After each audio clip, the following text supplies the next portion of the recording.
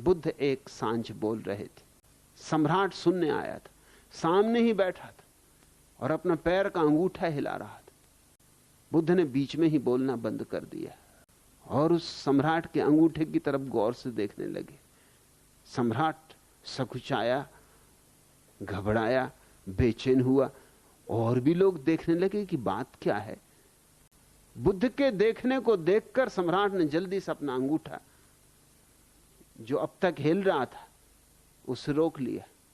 बुद्ध ने फिर बोलना शुरू कर दिया। थोड़ी देर बाद फिर सम्राट का अंगूठा हिलने लगा। कुछ लोग ऐसे होते हैं ना, कुर्सी पे बैठे रहेंगे, टांगे हिलाते रहेंगे, यहां वहां खुजाते रहेंगे, कुछ ना कुछ करते रहेंगे, होश ही नहीं क्या कर रहे। बुद्ध ने फिर बोलना बंद कर दिया।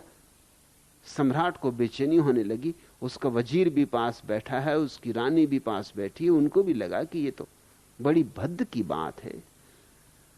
सम्राट ने कहा, आप बोलना बंद क्यों कर देते और मेरे अंगूठे की तरफ क्यों देखने लगते? बुद्ध ने कहा, मैं इसलिए देखता हूं अंगूठे की तरफ कि क्यों तेरा अंगूठा हिल रहा है, तू मुझे उत्तर दे दे।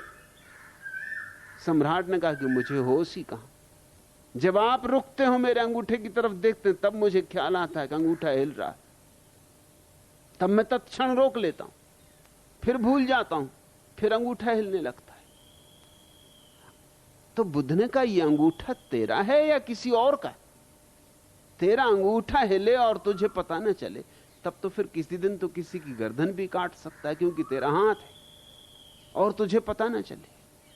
और ये मजाक ही नहीं, बहुत सी हत्याएं होती हैं जिनमें हत्यारे को पता ही नहीं चलता है कि उसने हत्या कर दी। करने के बाद ही पता चलता है कि अरे यह मैं क्या कर गुजरा, ये क्या हो गया। और ऐसी भी हत्याएं हुई हैं कि हत्यारों ने अदालतों में वक्तव्य दिए कि हमने की ही नहीं। पहले तो यही समझा जाता था कि ये लोग झूठ बोल रहे हैं, लेकिन अब मनोवैज्ञानिक कहते हैं कि जरूरी नहीं कि वो झूठ बोल रहे हो सकता है वो ठीक ही कह रहे हैं, उन्हें पता ही ना हो, इतनी मूर्छा में हत्या की गई हो। क्योंकि जब आदमी क्रोध में उन्मत्त हो जाता है तो करीब करीब मूर्छित हो जाता है। क्रोध की गहन अवस्था में तुम्हारे शरीर में ऐसी ग्रंथियां हैं जिनसे जहर तुम्हारे खून में दौड़ जाता है और उस जहर के कारण एक मूर्छा छा जाती। उस मूर्छा की स्थिति में कोई हत्या भी कर सकता है, आत्महत्या भी कर सकता है। और यूं ही तुम जी रहे हो यंत्रवत। पहले शरीर के प्रति सजग होना शुरू करो। चलो तो जानते हुए होशपूर्वक, बैठो तो जानते हुए होशपूर्वक, लेटो तो जानते हुए होशपूर्वक। इतनी गहनता को लाना है होश में कि एक ऐसी घड़ी भी आ जाए कि रात करवट भी बदलो तो भी होशपूर्वक, और अंततः सोए रहो तब भी तुम्हें यह होश रहे कि शरीर सोया है, मैं जागा हूं। जिस दिन यह घटना घट जाती है उस दिन एक पड़ाव पूरा हुआ, 1/3 यात्रा पूरी हो गई। फिर दूसरा प्रयोग मन पर करना है। फिर मन के विचार, कामनाएं, इच्छाएं, ऐषणाएं, स्मृतियां, कल्पनाएं, सपने, इनको देखना है। मन की ये सारी कामनाओं का जाल तभी संभव है देखना जब पहले शरीर की स्थूल प्रक्रियाओं पर तुम्हारी जागृति जम गई हो, तब सूक्ष्म पर उतरा जा सकता है। एक एक कदम बढ़ना होगा। जो शरीर पर सफल हो गया वो मन पे भी सफल हो जाएगा। उसके हाथ में राज लग गया। और जब तुम्हारे मन पर तुम्हारा होश गहन हो जाएगा तो तुम चकित होगे। जब शरीर पर होश गहन होता है तो शरीर में एक कमनीयता, एक कोमलता, एक सौंदर्य, एक प्रसाद उतर आता है, एक संगीत, एक लयबद्धता, एक छंद छा जाता है। शरीर के उठने बैठने में एक अद्भुत लालित्य आ जाता है। सारी भाव भंगिमा में एक भगवत्ता छा जाती।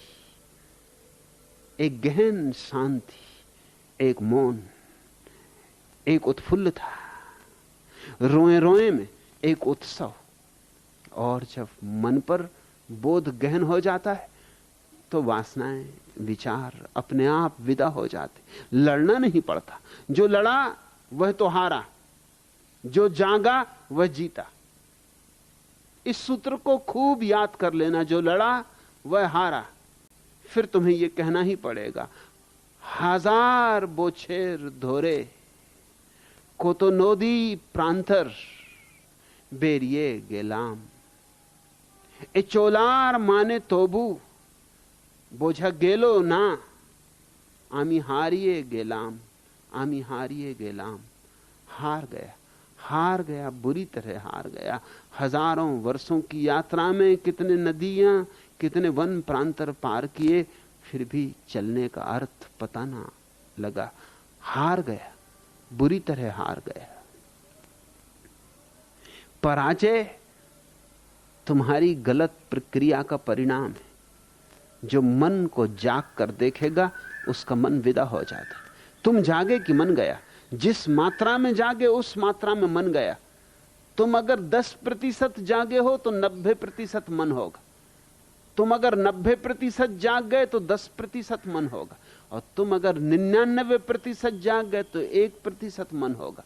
और तुम अगर 100% जाग गए तो मन 0% हो जाएगा। और तब एक अपूर्व घटना घटती,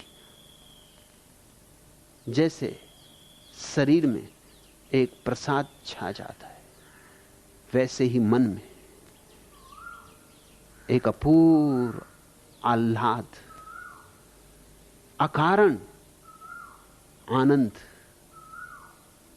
कोई कारण नहीं, कोई वजह नहीं, कोई हेतु नहीं, कोई लक्ष्य नहीं, बस अकारण झरने फूटने लगते हैं, आनंद की रसधार बहने लगती। और जब मन में यह घटना घट जाए तो फिर तीसरा कदम बाकी रह गया, जो सर्वाधिक सूक्ष्म है। वो है हृदय की भावनाओं के प्रति सजगता। वो सबसे सूक्ष्माति सूक्ष्म हमारा जगत है। भाव विचार से भी गहरे और भाव विचार से भी नाजुक। फिर आखिरी प्रयोग करना है, अपनी भावनाओं को देखना है। विचार पर जो जीत गया वो भावनाओं पर भी जीत जाएगा। राज तो वही है, कीमिया तो वही है, कला तो वही है, सिर्फ अब गहराई बढ़ाए जाना है। तैरना आ गया तो अब क्या फर्क पड़ता है, उथले में तैरे कि गहरे में तैरे। भावना का जगत सर्वाधिक गहरा है। जब भावनाओं के प्रति तुम जागोगे, जिस मात्रा में जागोगे उस मात्रा में भावनाएं भी विदा हो जाएंगी। और जब सारी भावनाएं विदा हो जाती तो उस अपूर्व घटना की घड़ी आ गई, जब ऋषियों ने कहा रसो वैसा। रस आखिरी परिभाषा है परमात्मा की। रस बह उठता है। रस अद्भुत शब्द है, दुनिया की किसी भाषा में वैसा कोई शब्द नहीं। परमात्मा रस। और ये 3 कदम है। इन 3 कदम के बाद चौथा प्रसाद है। चौथा भी है लेकिन वो तुम्हारा कदम नहीं। 3 तुम उठाओ, चौथा कदम परमात्मा उठाता है। उस चौथे को हमने कहा है तुरीय समाधि। तुमने 3 पूरे कर लिए, तुम अधिकारी हो गए, पात्र हो गए चौथे को पाने के। चौथा तुम नहीं उठा सकते, चौथा तो परमात्मा उठाएगा। ये पूरा अस्तित्व तुम्हारे सहयोग में खड़ा हो जाता है। और जब चौथा कदम भी उठ जाता है और समाधि सघन हो जाती, समाधि के मेघ घिर जाते, आ गया आषाढ़ का महीना, होने लगी रिमझिम, तब जीवन में जीत है। उसको तुम कह सकते हो जिन अवस्था, विजेता की अवस्था। उसके पहले तो हार ही हार है।